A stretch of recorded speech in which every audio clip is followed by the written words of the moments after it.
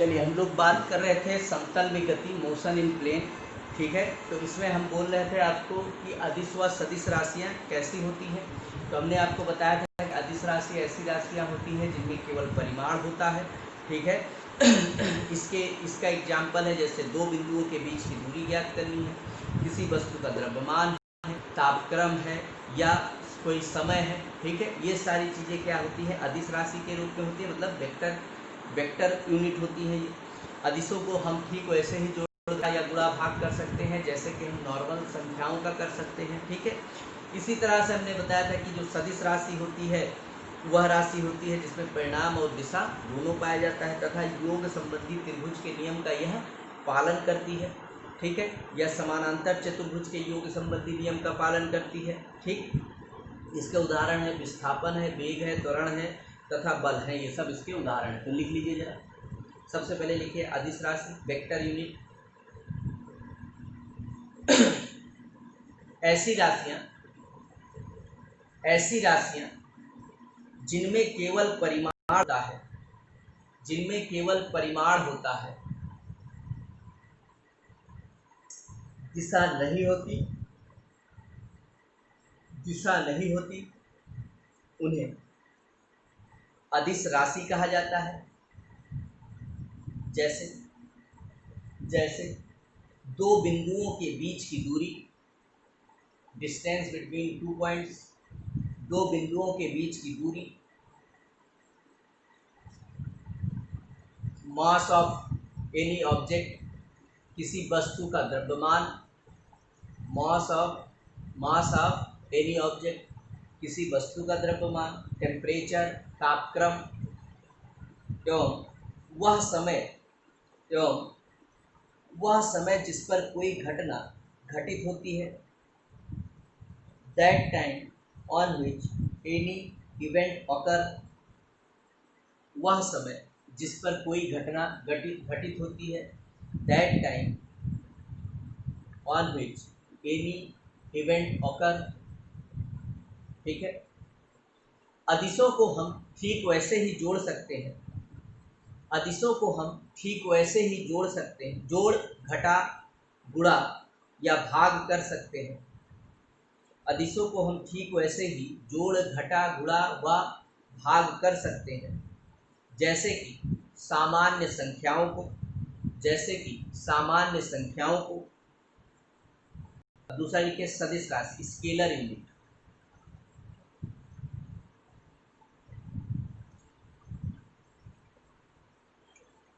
यह वह राशि है जिसमें it is the unit in which magnitude and direction both are present. यह वह राशि है जिसमें परिमाण व दिशा दोनों होते हैं तथा वह योग संबंधी त्रिभुज के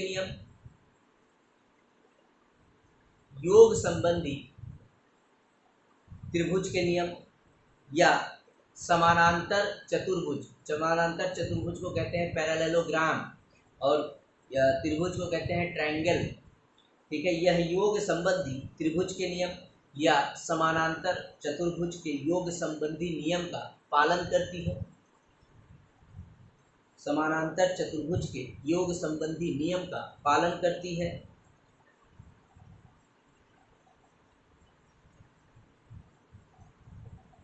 इसका उदाहरण विस्थापन, वेग, विस्थापन का मतलब डिस्प्लेसमेंट, वेग वेलोसिटी, त्वरण एक्सेलरेशन एंड फोर्स है तथा बल है। ठीक है, ये तो था वेक्टर और स्केलर यूनिट। अब हम बात करते हैं एक समान त्वरित गति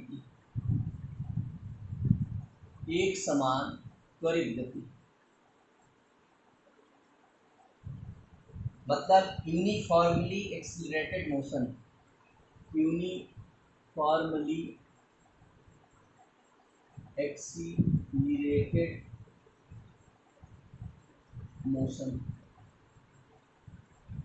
ठीक है, मान लीजिए कि कोई वस्तु है, वह एक समान त्वरण से, त्वरण का मतलब कि एक निश्चित समय अंतराल में होने वाला वेग परिवर्तन, तो एक निश्चित समय अंतराल में जो वेग परिवर्तन है अगर वो समान हो, मतलब मान लीजिए कि अगर हम एक पथ पर जा रहे हैं, 5 मिनट बाद या 5 सेकंड बाद हम गति में 10 मीटर प्रति सेकंड की वृद्धि करते चले जाएं, फिर अगले 5 सेकंड में फिर 10 मीटर प्रति सेकंड, फिर अगले 5 सेकंड में, इस तरह से मतलब क्या हुआ कि अगर एक समान त्वरण से, मतलब हर जो एक निश्चित समय अंतराल में एक निश्चित जो है वेग में अगर वृद्धि करते चले जाएं और वह वस्तु क्या हो, एक सरल रेखा में गति कर रही हो, तो जो वेग और समय का ग्राफ होगा, जो वेग और समय का ग्राफ होगा वो भी क्या होगा, एक सरल रेखा होगा।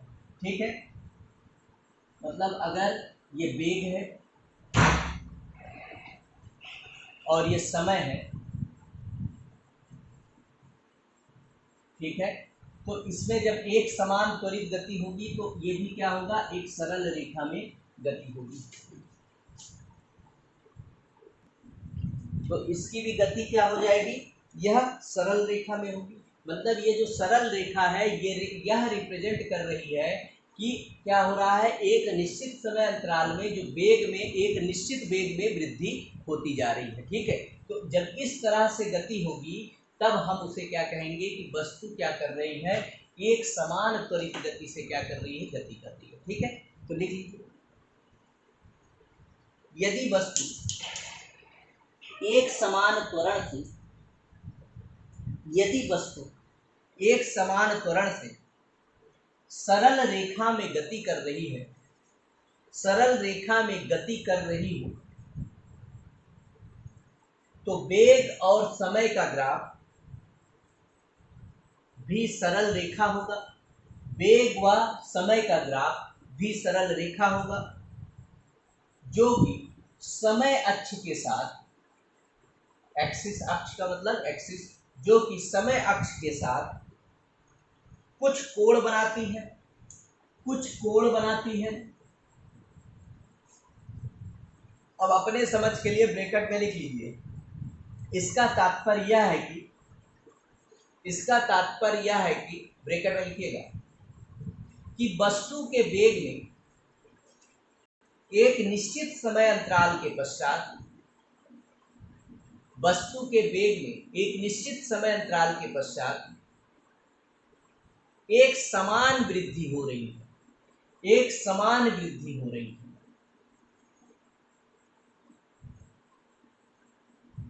ठीक है,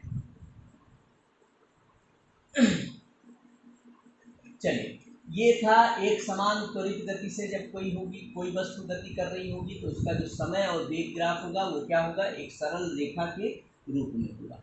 अब अगली हेडिंग डाल दीजिए, वृत्तीय गति, वृत्तीय गति, सर्कुलर मोशन।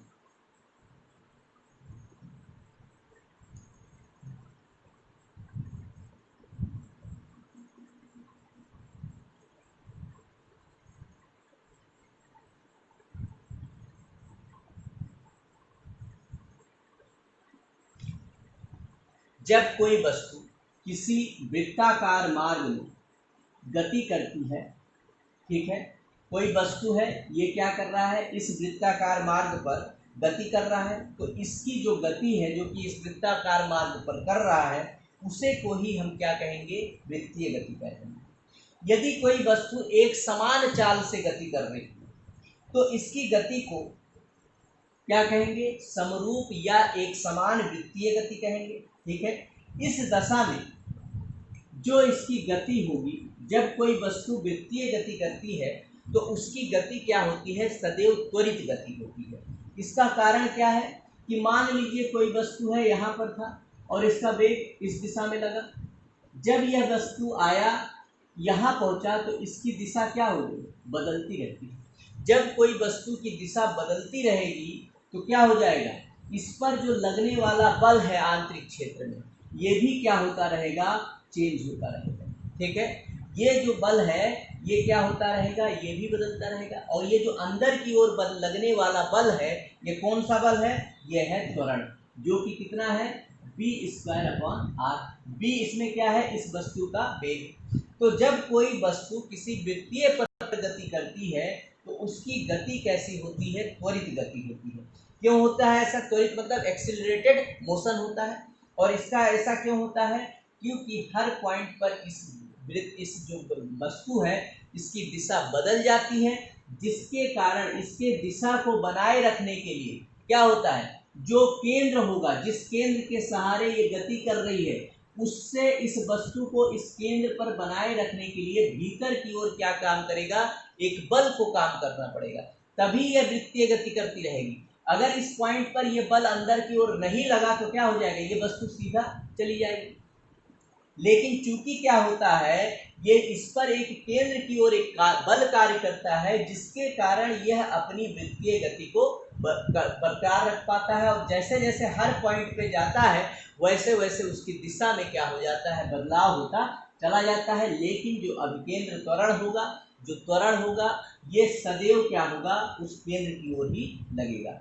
इस प्रकार का जो त्वरण है जो कि केंद्र की ओर लग रहा है, उसे ही अभिकेंद्र त्वरण कहते हैं। क्या कहते हैं? अभिकेंद्र त्वरण, सेंट्रीपिटल एक्सीलरेशन। ठीक है, सेंट्रीपिटल एक्सीलरेशन कहा जाता है। और ये बल क्या करता है, ये बल वस्तु को वृत्तीय गति में बनाए रखने का क्या करता है, काम करता है। इसीलिए कोई भी वस्तु जो एक वृत्ताकार पथ में गति कर रही होती है, उसकी गति कैसी होती है, त्वरित गति होती है। ठीक है, तो लिखिए, जब कोई वस्तु ये अभिकेंद्र त्वरण है बी स्क्वायर अपॉन आर। तो लिखिए, जब कोई वस्तु किसी वृत्ताकार मार्ग पर गति करता है, किसी वृत्ताकार मार्ग पर सर्कुलर पाथ पर गति करती है, तो उसकी गति को वृत्तीय गति कहा जाता है। तो उसकी गति को वृत्तीय गति कहा जाता है। यदि यह एक समान चाल से गति करती है, यदि यह एक समान चाल से गति करती है, तो उसकी गति को समरूप या एक समान वृत्तीय गति, यूनिफॉर्म सर्कुलर मोशन कहा जाता है। तो उसकी गति को समरूप या एक समान वृत्तीय गति कहा जाता है। इस दौरान इसकी त्रिज्या है r, ठीक है, और इसका वेग है v। इस पर गति करती हुई वस्तु पर एक त्वरण कार्य करता है, एक त्वरण कार्य करता है, एक्सीलरेशन कार्य करता है,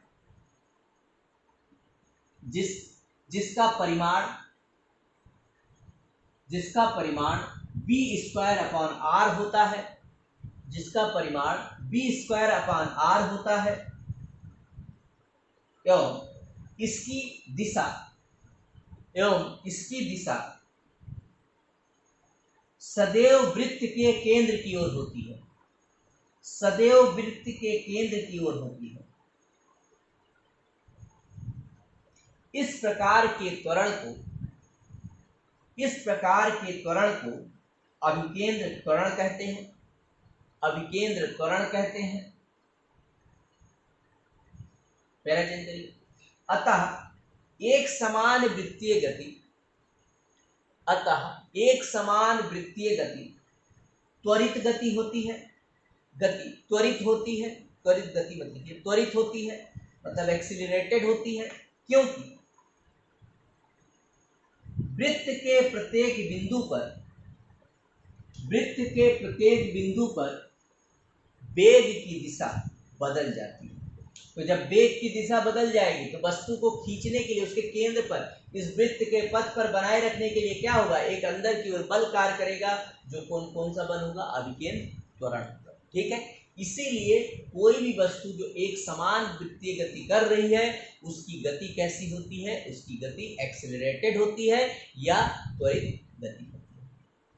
ठीक, जैसे हमने सैटेलाइट भेजा ऊपर, वो सैटेलाइट भी क्या कर रहा है, पृथ्वी के चारों ओर चक्कर लगा रहा है। जब चक्कर लगा रहा है तो उस दौरान भी उसकी दिशा में निरंतर क्या हो रहा है, बदलाव हो रहा है। तो इसकी दिशा को बनाए रखने के लिए केंद्र की ओर एक क्या लगता है, एक बल लगता है, जो कि कैसा बल होता है, अभिकेंद्र बल या अभिकेंद्र त्वरण होता है। ठीक, तो एक बार यूपीएससी में यही सेम क्वेश्चन आपसे पूछ लिया गया। जब मैंने क्लाइमेटोलॉजी पर पढ़ाया था तो कोई घूर्णन करती हुई वस्तु जो है, पृथ्वी के घूर्णन के कारण जो वायु है वो क्या होती है, जब ऊपरी सतह पर जाती है उसको केंद्र की ओर खींच लिया जाता है। हमने आपको पढ़ाया, अगर याद हो, वो भी किसका कारण था, अभिकेंद्र त्वरण का ही कारण।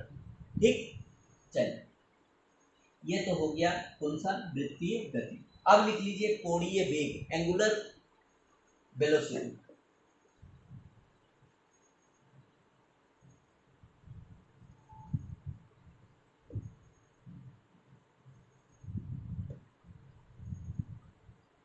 कोणीय वेग,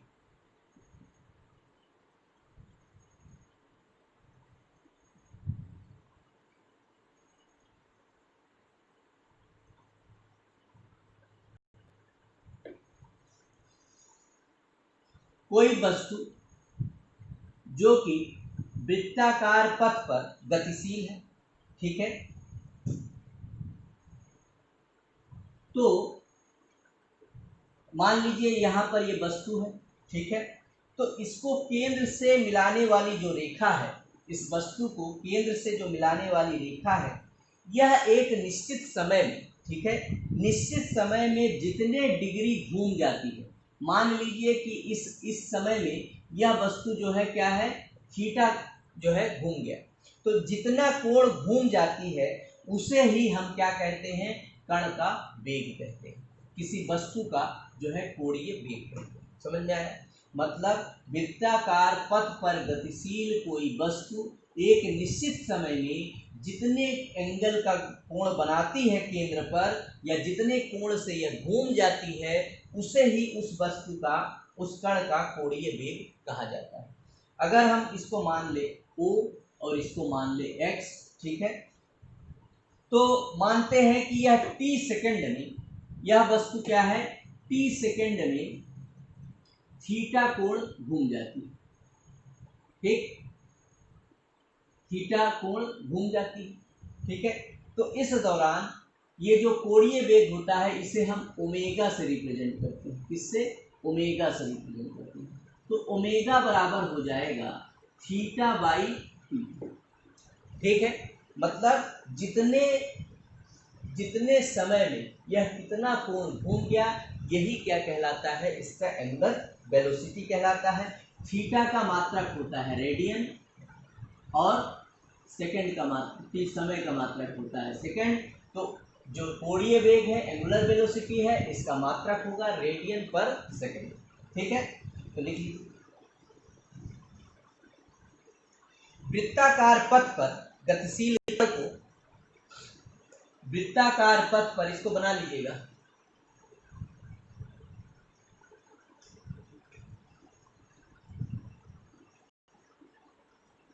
वृत्ताकार पथ पर गतिशील कण को, कण या वस्तु को वृत्त के केंद्र से मिलाने वाली रेखा, वृत्त के केंद्र से मिलाने वाली रेखा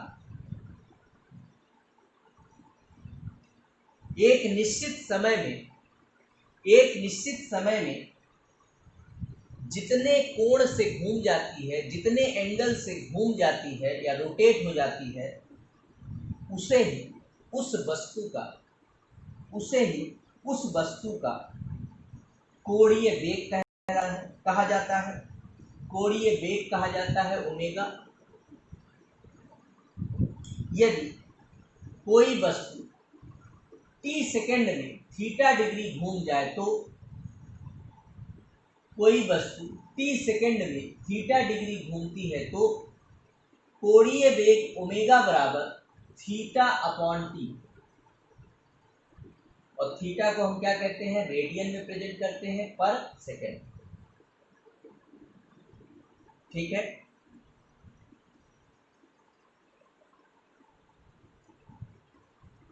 अब यहां पर एक चीज ध्यान दीजिए, इसको मैं मिटा रहा हूँ। यहाँ पर एक चीज ध्यान दीजिए। हाँ, मान लेते हैं कोई कण जो है, मान लिया हमने कि एक कण जो है 1 सेकंड में 1 चक्कर लगाता है। कितने में? 1 सेकंड में जो है 1 चक्कर नहीं, n चक्कर लगाता है।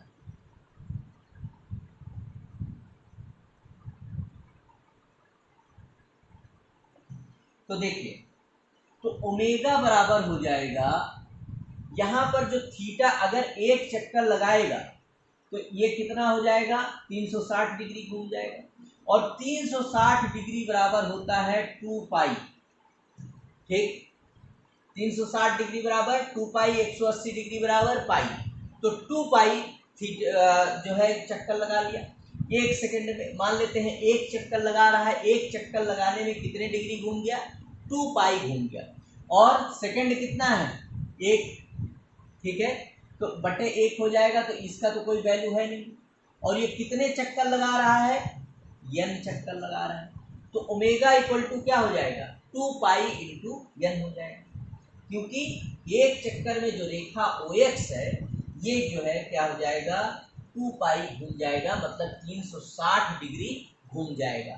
ठीक है, तो यहाँ 2 पाई इक्वल टू कितना है? 360 डिग्री। ठीक है, इसीलिए ओमेगा कोणीय वेग बराबर होता है 2 पाई n। तो लिख लीजिए, यदि कोई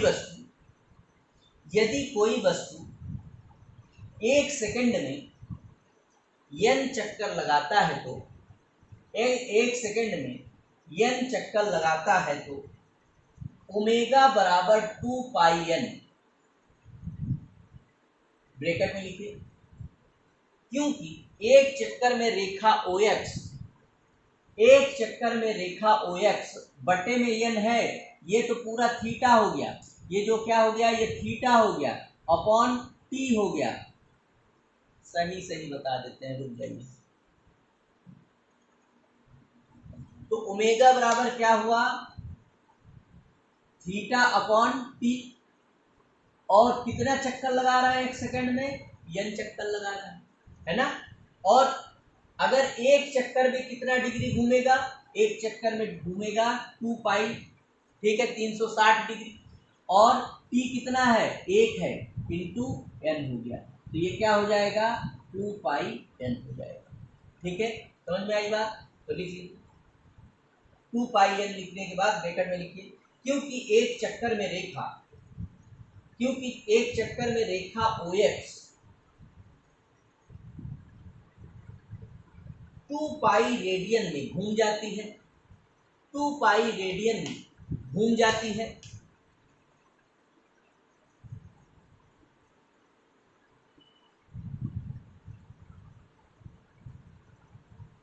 देखिए, अब मुझे बताइए, इसी तरह से अगर कोई वृत्ताकार मार्ग है, इसकी त्रिज्या r है। ठीक है, इसकी त्रिज्या क्या है? r है, और उसके द्वारा वो जो है क्या करता है? 1 सेकंड में वह वस्तु n चक्कर लगा रहा है। जब n लगा रहा है तो उसके द्वारा 1 सेकंड में तय की गई दूरी कितनी हो जाएगी? ठीक है, डिस्टेंस क्या हो जाएगा? डिस्टेंस का मतलब क्या हुआ? इसकी परिधि है ना, इसकी क्या हो जाएगी? परिधि है। और यह परिधि क्या हो जाएगी? वृत्त की परिधि 2 पाई r। ठीक, और कितना चक्कर लगा रहा है? n चक्कर लगा रहा है कि नहीं?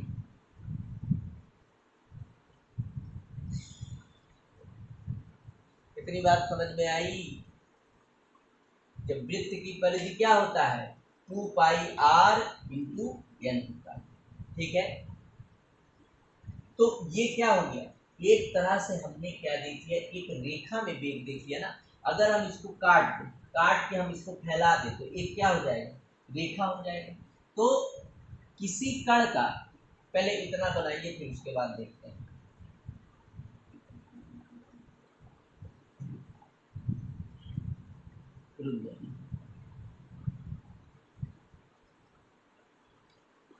एक सेकंड में लिखिएगा नहीं, अभी हम जब दिखाएंगे तब लिखिएगा।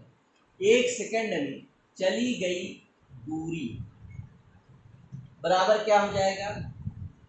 ये बराबर हो जाएगा वृत्त की परिधि इंटू एन, ठीक है। और वृत्त की परिधि कितना है, 2πr है इंटू एन, ठीक। और ये जो 1 सेकंड में चली गई दूरी है, यही कण का क्या है, रेखीय वेग। क्योंकि रेखीय वेग बराबर क्या हो जाएगा, ये हो जाएगा दूरी इंटू त्रिज्या, ठीक है।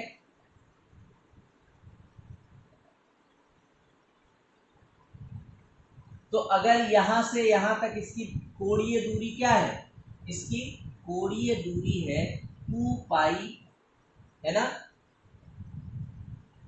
कोणीय दूरी क्या हो गई, 2πr 2πn, अभी निकाला ना यहाँ पर। अच्छा रुकिए रुकिए, यहाँ पर जो वृत्त की परिधि होगी ये 2π होगी, ठीक है। तो ये 2πn होगा, ठीक है। तो दूरी क्या हो जाएगा, 2πn हो जाएगा, और त्रिज्या क्या हो जाएगी, इंटू 8 हो जाएगा, ठीक है। जो 2πn है ये बराबर ओमेगा बराबर क्या बताया था मैंने, 2πn। रेखीय वेग को हम जो है b से रिप्रेजेंट करते हैं, और 2πn बराबर क्या हो गया, ओमेगा हो गया। मतलब b बराबर हो गया ओमेगा इंटू आर। इसका मतलब ये हुआ कि रेखीय वेग बराबर होता है कोणीय वेग इंटू त्रिज्या,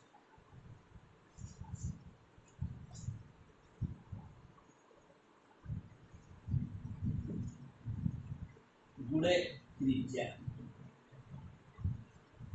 ठीक है। क्योंकि b बराबर होगा ओमेगा इंटू आर, ठीक। तो इतनी सारी बातें लिखना। तो चलिए जहां से मैं बोलूंगा वहां तक लिखते चलिएगा। यदि वृत्ताकार मार्ग की त्रिज्या r है, यदि वृत्ताकार मार्ग की त्रिज्या r है एवं वस्तु 1 सेकंड में n चक्कर लगाता है, वस्तु 1 सेकंड में n चक्कर लगाता है, तो उसके द्वारा 1 सेकंड में चली गई दूरी बराबर वृत्त की परिधि इंटू n, वृत्त की परिधि इंटू n, ये बराबर क्या हो जाएगा, 2π। वृत्त की परिधि कितनी हो गई, 2π हो गई, इंटू n। क्योंकि कोणीय परिधि लेंगे ना तो क्या हो जाएगा 2π, क्योंकि ये एक चक्कर में 360 डिग्री घूमती है, तो 2π इंटू n। जबकि कण का रेखीय वेग होता है, कण का रेखीय वेग b बराबर होता है दूरी इंटू त्रिज्या। कण का रेखीय वेग b बराबर दूरी इंटू त्रिज्या, और दूरी कितनी निकल के आई, 2π इंटू n, और त्रिज्या इंटू r। और ओमेगा बराबर होता है 2πn, तो इसलिए b बराबर हो गया ओमेगा इंटू r। अतः रेखीय वेग बराबर कोणीय वेग इंटू त्रिज्या, ठीक है। तो अगर किसी वस्तु का कोणीय वेग दिया हुआ है और त्रिज्या पता है अपने को, तो हम क्या कर सकते हैं, रेखीय वेग आसानी से उसका निकाल सकते हैं।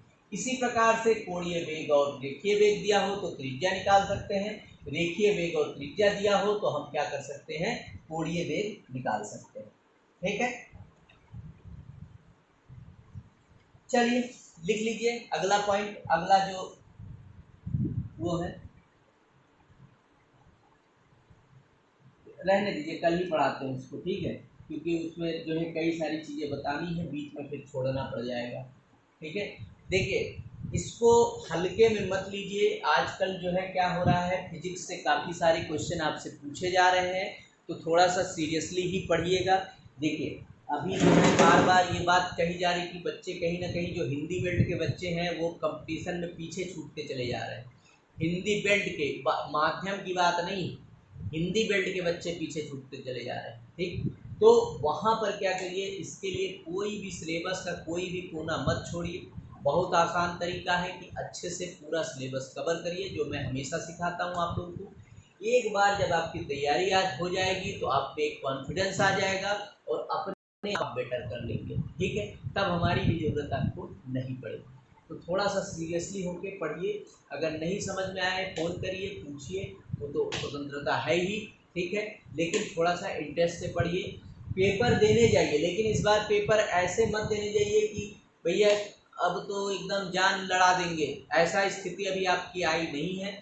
जान लड़ाने के लिए अभी समय बचा हुआ है, ठीक है।